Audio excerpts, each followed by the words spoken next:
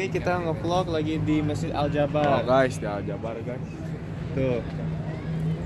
Kali ini kita lagi di Masjid Al Jabar, kunjungan bersama. Tuh. Ya, kita makan dulu.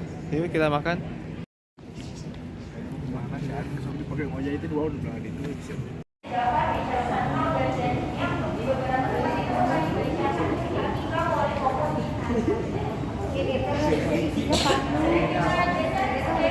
Enggak, yang benar serius. Di BL apa?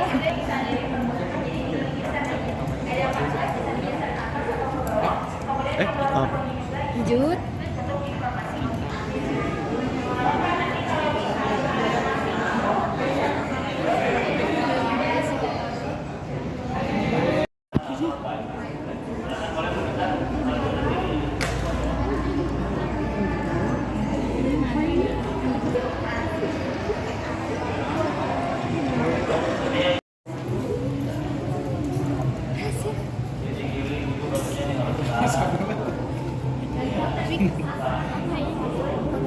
Bentar, zoom ke sini tuh.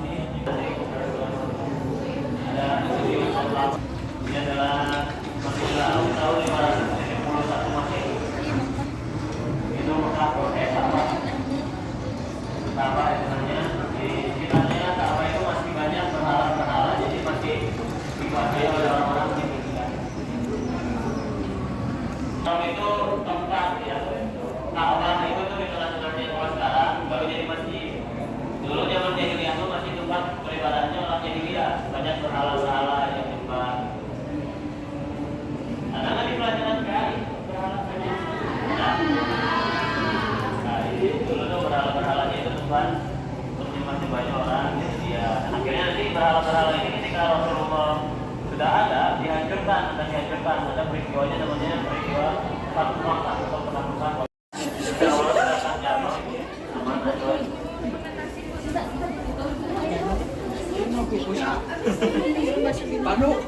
Pandu, hati-hati Pandu.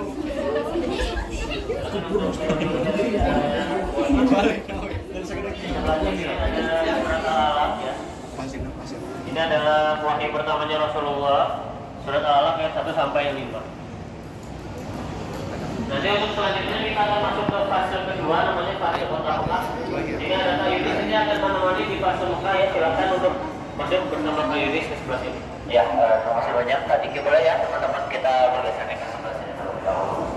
Jadi selanjutnya pertama kali berdakwah, lagi berdakwahnya dengan cara sembunyi-sembunyi atau datang kepada orang-orang terdekat dari kaum dari sahabatnya yang mana menghindari karakteristik kaum sembunyi ini dilakukan kurang lebih selama 3 tahun lamanya.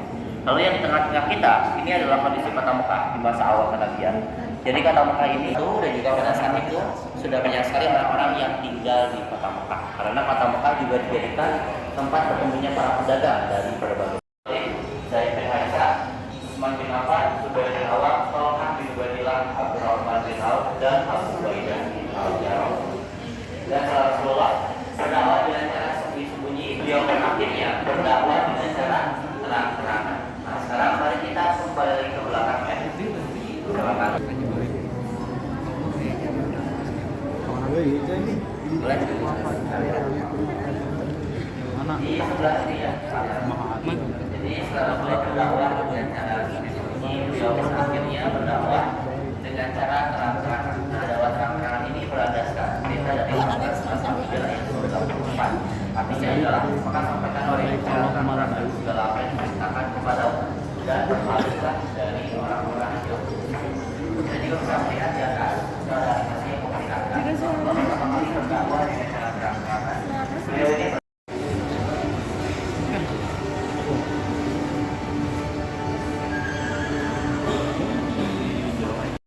memiliki pelabuhan yang aktif sebagai interaksi antar pedagang di seluruh wilayah. Kemudian dari Cirebon, Ciamis, Majalengka hingga berakhir di Banten. Lalu di Banten, Islam ini tersebarnya melalui jalur pernikahan.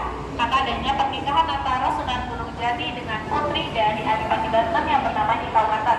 Kemudian dari pernikahan tersebut lahir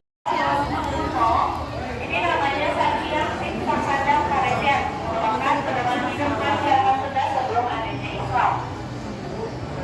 Kemudian di sebelah sini juga ada nama pesantren tertua di Jawa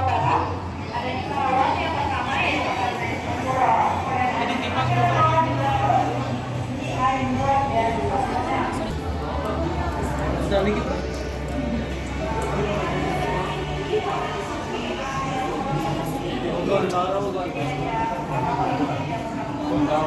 pulang.